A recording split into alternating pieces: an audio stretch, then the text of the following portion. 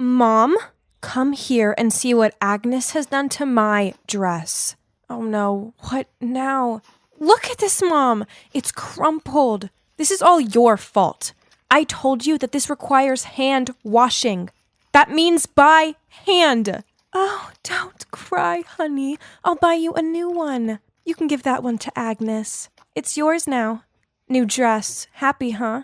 Can we go right now, Mom? Then let's have pizza after that. I'm so tired of Agnes's pretentious fine dining dishes. Of course, honey. Yeah, I know. That sure looked like a scene from Cinderella, right? Only stuff like that was a daily occurrence in this house.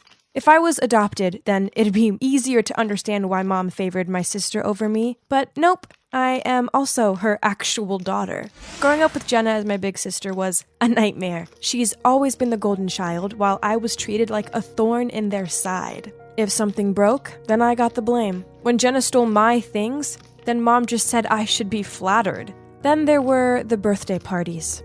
Over the years, Jenna had it all. Fairy-themed ones, magicians, a petting zoo, and cupcake towers. As for me, all I ever got was a card with a wrinkled $20 note in it.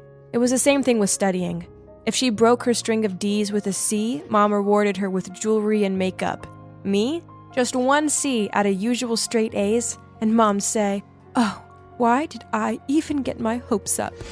Sometimes I do wonder if all this shabbiness is because Jenna's always been pretty and popular. She's basically a mini-me version of Mom. While I guess I'm more reserved, and I don't really look like Mom. Anyways, despite living in a house full of darkness and unfairness, I still have my own passion, which is culinary. To be honest, I'm addicted to those TV cooking shows and always try to find ways to follow them. My dream is to become a head chef in a 5-star restaurant. At school, Jenna always blanks me. She hangs out with this group of girls who are all obsessed with the same things she is, such as makeup, trendy clothes, and TikTok. Jenna does look gorgeous, so it's not surprising that boys usually buzz around her in the hope of catching her attention. Anyway, forget Jenna, as I have my best friend Ruth right here. Girl, I swear to God, if I were you, I'd tear up some of her clothes just for my own relief. Nice idea, I said while playing with my tray of food as usual. It looks so good. Very appetizing. Startled, I looked up to find a pair of dazzling eyes staring back at me. Hi, I'm Roy. That's very neat-handed of you. Before I could say anything, he winked and turned away to his table. That was close, or else he would have seen my tomato-red face. Looks like someone's on the hot guy's radar. Shut up. He was just being friendly. But no, that night when I got home, Roy in fact did message me. And we had a really long chat.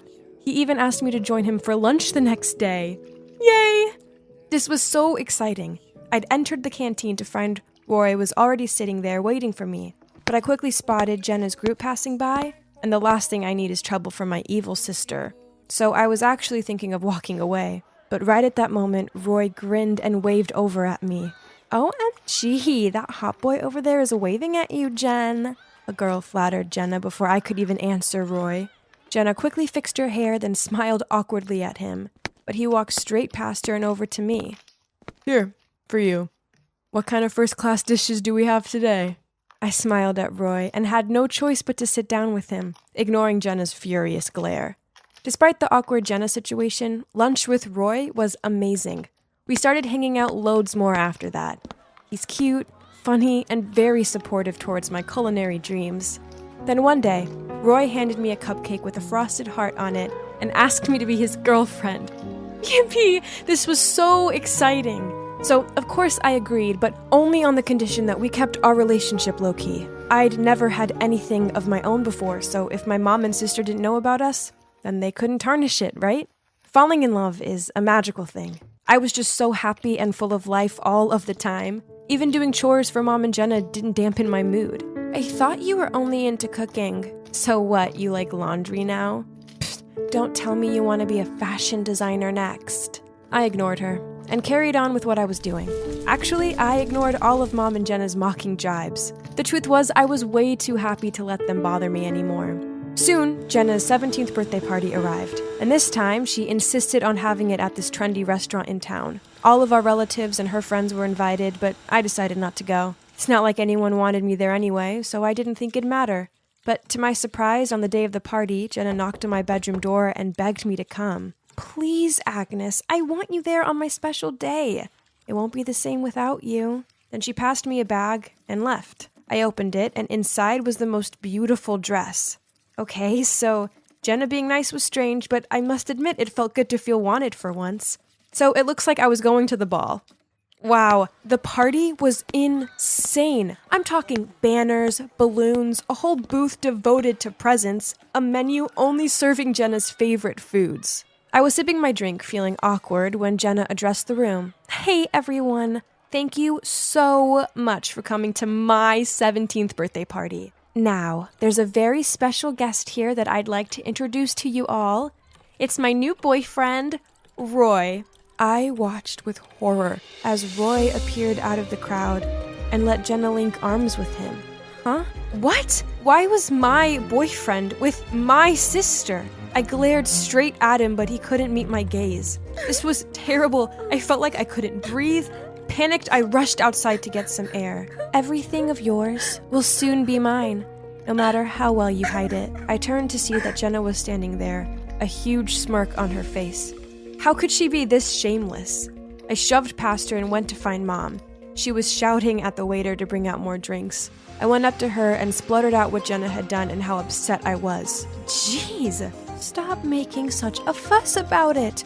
Jenna's your sister, so just be happy for her. Besides, Roy is far more suited to her than you. Ugh, that's it. I can't stand this selfish family anymore. I'm leaving. Yeah, go. Disappeared just like your no-good father did.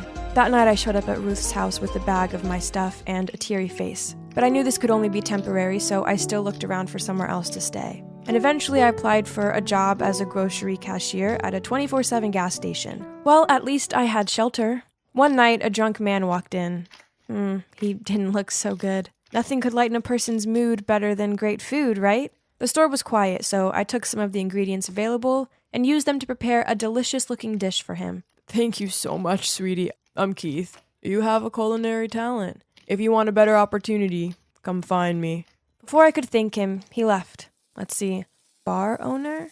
I wasn't old enough to work in a bar, though. I spent the next month juggling school with work, life, and oh boy, was it exhausting. But when I asked for my salary, my boss laughed in my face, saying that since I was only 16, he could only pay me for far less hours than I'd worked? What? That wasn't fair. I worked my butt off on sometimes 12-hour-long shifts. But when I complained, he threatened to report me for stealing food from the store. Ugh, I'd only taken expired food that couldn't be sold anyway. Feeling bummed out, I just quit, and then left. I wandered around the street for a while, then looked up and found myself standing in front of that man's bar. Well, I had nowhere else to go, so I stepped inside and there was Keith, but... He looked so different. Other than this bar, I also own a fine dining restaurant uptown. If you want, I'd love to train you to become a chef there. Whoa, this was so amazing that I cried with joy.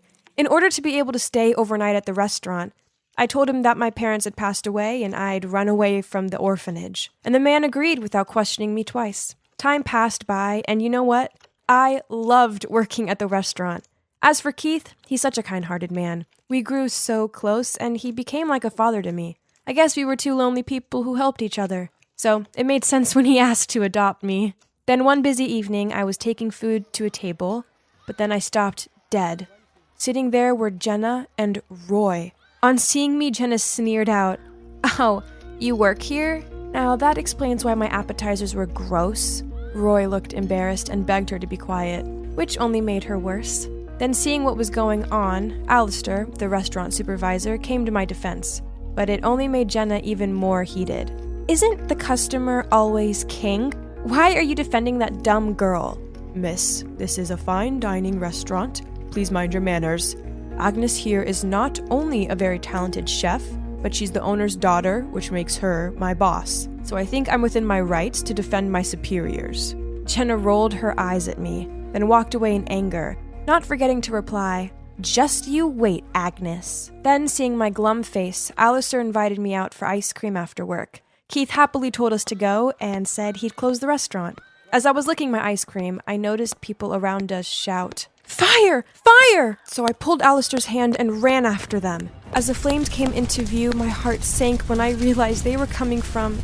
It was the restaurant. Oh no, Keith was still in there. Without giving it a second thought, I charged in there to find him. It was so smoky and impossible to see, but I couldn't give up. Suddenly, I started to go dizzy and lightheaded. Then an arm grabbed me and pulled me out. It was Alistair, and standing next to him was... Keith. Phew. A few days later, the police called Keith. They'd found the culprit who started the fire. As soon as I walked into the police station, I couldn't believe my eyes. It was Jenna.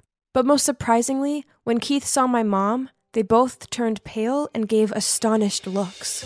Huh? Did they know each other? So yeah, turns out Keith's mine and Jenna's actual father. When Dad was young, he hadn't built his career, but just spent all day in the kitchen. So he was always despised and scolded by my mom. In the end, he couldn't take her belittling of him anymore, so he left. Only unbeknown to him, Mom was pregnant with me at the time. So the story she said about Dad running off with his mistress was all lies.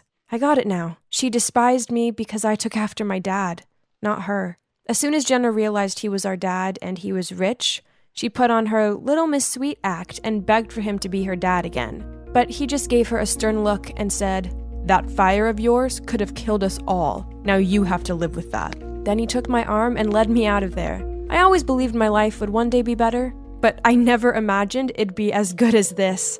I now have an amazing dad, a job I'm passionate about, and people who generally care about me by my side. It just goes to show that everything works out perfectly in the end.